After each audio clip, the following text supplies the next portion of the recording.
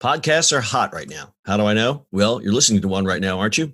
But you might be wondering, how on earth do I get my voice out there and start my own podcast? It all seems so intimidating. Between hosting and platforms and monetization, it can get real complicated real quick. Well, I'm going to let you in on a little secret. We started this podcast over 2 years ago, not knowing clue one on how to do it. So how do we do it? We did it with Anchor. Anchor is the free podcast app with creation tools that allow you to record and edit your podcast right from your phone or computer. And Anchor will distribute your podcast for you, so it can be heard on all the platforms like Spotify, Apple Podcasts, and many more. And everybody likes money, right? Well, you can make money from your podcast with no minimum listenership. It's everything you need to make a podcast in one place. So go right now, download the free Anchor app, or go to Anchor FM to get started. It's the eCommerce Minute, your daily dose of e-commerce, tech, and retail news with your host, John Suder, Bart, Mroz, and Brittany Blackman. The eCommerce Minute is a production of SUMO Heavy, a digital commerce consulting firm located in Brooklyn, New York, and Philadelphia. Find us on the web at sumoheavy.com. It's eCommerce Minute episode 698. In today's episode, Instagram adds stickers for local businesses to offer gift cards and delivery. Not only are brands and their CEOs donating to COVID-19 relief programs, but they're also aiming to better their platforms, as we mentioned in our recent Pinterest podcast, episode 696, for those following along. Brands are specifically positioning their efforts towards helping out small businesses, and Instagram is one of the many social media giants to hop on this opportunity. The company has recently announced that business and creator accounts can now include stickers in their stories that direct people to a website where they can order food delivery or buy gifts. Tapping the sticker will bring people to another website where they can complete their order. Businesses can also include stickers that link out to a fundraiser built on Facebook. These stickers can be added to businesses' profiles too as a permanent button. People who see the stories can share the stickers to their own stories to further spread the word. This could be a useful feature for businesses because people likely follow places that they enjoy. Also, given that people have more time on their hands and on Instagram more, they might also see that these stickers and stories more frequently than they otherwise would have.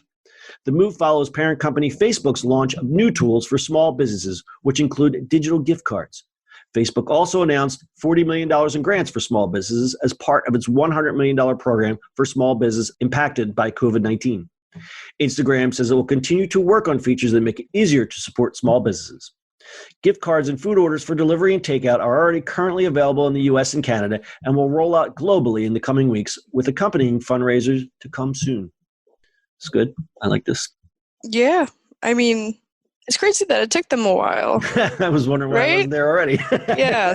Right? Like, I don't, but that's a lot of companies, right? Like, why are we, like, now we're going to just launch these things? Like, I get it, but I guess it's a weird, moment. Yeah, well, let's look at it from a development marketing standpoint. It's probably something that was already in the works, and then they just fast-tracked it. I mean, it's common. If you ask me, it's something that should have been there before, but, what do I know? I think it's just crazy, just from a meta, general perspective, how much Instagram stories as a whole have evolved over the past few years. Like, when they first came out, people were like, I am never using an Instagram story. That is the dumbest, stupidest thing. And then they keep adding features and filters and music and all of these things that you could do now. And it's really cool. Now Instagram stories are the coolest part of Instagram, in my opinion. Yeah, I was an Instagram stories hater. But the more I started using, the more I started engaging with it. And again, I always try to come at these things from a designer/consumer standpoint. Instagram is great for people in the creative arts because it's completely visual and you can incorporate a lot of things. But now the opportunity to support some of these artists. So I'll give you for instance, I use a lot of drawing tools on the iPad, specifically Procreate, and there's a huge market now for people who design custom brushes. You get involved in some of these guys doing a demo, and all of a sudden it's like, swipe up, get my brush pack, and you can swipe up. It's like, hey, $12 for a set of brushes. I'll throw this guy $12 because I love his work. And that's the kind of thing that I like, is that you can support people in the creative pursuits of what they do. Taking that a step further, why not support your favorite restaurant or things that you love? But why this wasn't here before leaves me a little head scratcher. But anyway, it's good that it's here. Yeah, I agree. So as we say, support your local businesses if you can. Get takeout once in a while. Support these restaurants because it's probably also the easier way to do it for something like that than just than trying to set up gift cards and anything else. Yeah, exactly. Anything you can streamline the process. I know, we did a thing. A lot of the good restaurants are doing gift card programs. Steven Starr, who owns a bunch of restaurants in Philly and New York, had a thing last month. They said, you spend X amount of dollars on a gift card and they'll match it. So we got $100 gift card. Now we have $200 worth of Steven Starr food waiting for us sometime in the future. Ooh, I'm jealous. We don't know when. So I told my girlfriend, I was like, I hung it up on the refrigerator. I'm like, that's our goal. Once we get out of here, we're going to a nice dinner somewhere. But I think things like that. I mean, Steven Starr is a bad example because, he's got a big chain of restaurants, but I'm talking about the smaller independent restaurants that can get online and do this stuff themselves, do it easily. And the real concern is that if we don't support these smaller restaurants, what'll be left is nothing but generic chains. Right. And nobody wants to see that. The grim stat that I read yesterday was that 75% of small, we're talking small ethnic restaurants, small hole in the walls, like the little taquerias or the guy that sells Haitian food in South Philly, they're all going to go away because they can't survive. They can't just survive on just a couple takeouts a week. I mean, you have rent, you have, everything else involved. And it's just, like Bart, you can attest to this. The restaurant business is a tough business to be in when things are good. Now it's just death spiral. I mean, it's, and we've talked on other podcasts how, some of these businesses are evolving and they've, they ramp up their takeout business and they do, we'll pivot now to bars. What bars are doing is they're going, okay, well, we were known as an entertainment place. So what we'll do is we'll keep the audience engaged on social media via Instagram or Facebook. And the DJ that you like on Friday nights, well, he's going to spin music on Friday nights. And if you tune into our Facebook Live event with Steve the DJ, you get $2 off your takeout order. So it's that kind of creative stuff that people are doing.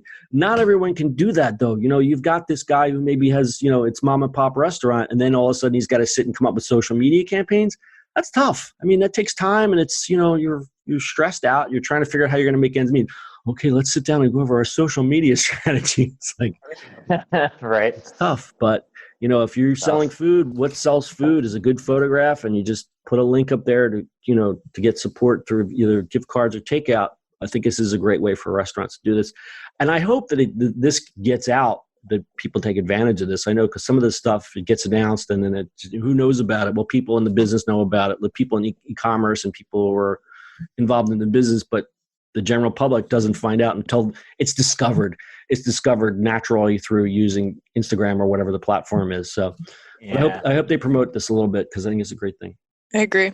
But, I feel like usually these types of things get dropped or stuff like that because of bad promotion. So I guess we'll see. Yeah, we'll see. Let's see what happens with this one. All right, close this one with a little stat time. According to a survey by Goldman Sachs, 96% of U.S. small businesses say they have been affected by COVID-19. That is according to Captain Obvious. Additionally, 51%, he's my favorite statistician. Additionally, 51% say they will only be able to operate for 0 to 3 months. That is grim. On Instagram, there are 124,200,000 active users in March. As compared to February, the number increased by 3.7%, which accounts for 4,400,000 active Instagram users. And that's according to a source that's called Napoleon Cat. What is that? I forget, honestly. Napoleon Cat. Go check out Napoleon Cat. He's really cool. He's just a little short. Oh, social media marketing. Thank you, Bart, for catching that one. I was too busy live Googling to get a confirm. Too busy trying to figure out where you got that stat from, right? Hey, Brittany, you're a little short on the stats. All right. Wrap this one up. That's your e-commerce minute. See you on the internet tomorrow. That's it for today's show. If you like the show, do us a favor and subscribe or leave us a review on iTunes. And don't forget, you can now listen to the e-commerce minute on your Amazon device. Just add e-commerce minute to your flash briefing. And finally, if you have a comment or suggestion or just want to say hi, find us on social media at SUMO Heavy.